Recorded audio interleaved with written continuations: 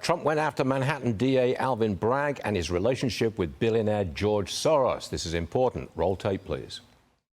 With the radical left, George Soros-backed prosecutor Alvin Bragg of New York,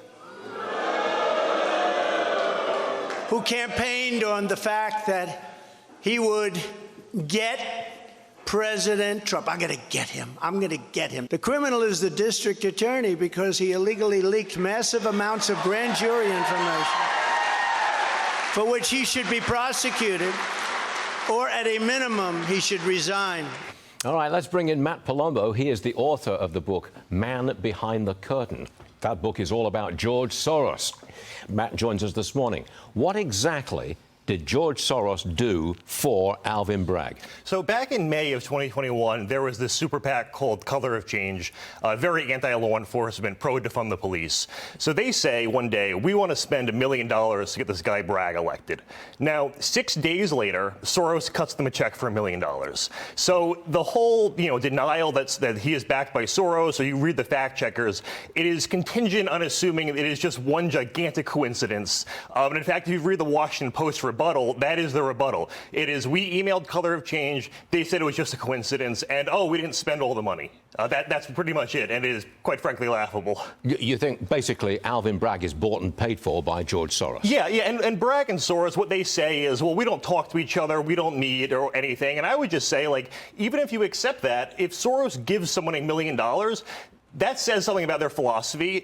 Soros, to some extent, he outsources his insanity. So, yes, he might not be literally pulling the strings saying, do this, do that, but Soros knows you're the kind of person who will do certain things, so I'll give you the money. The other side of the coin is the mainstream media defending Soros. They say that his ties to Alvin Bragg are not accurate. I believe that's the correct expression there.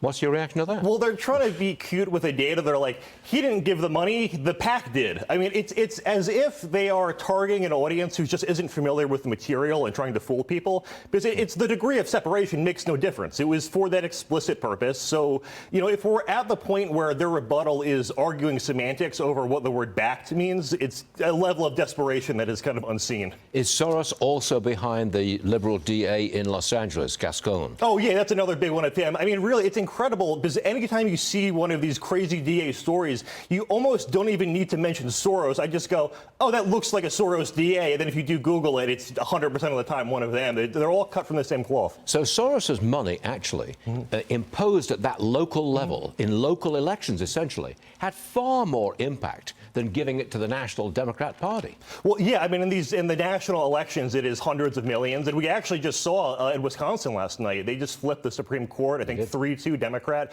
There was one reporting period where the Soros candidate spent $8 million. The other candidates spent like under $400,000. So, I mean, these aren't exactly like high-profile elections. You can buy them a lot easier. Soros had an impact on the Wisconsin Supreme Court election that was held last night, and the Liberal won? Yeah, the Liberal won. Yeah, that was it's a big, it's a 10-year term, so it's going to be flipped for a while. And the issue of abortion seems to be the rallying cry there. Yeah.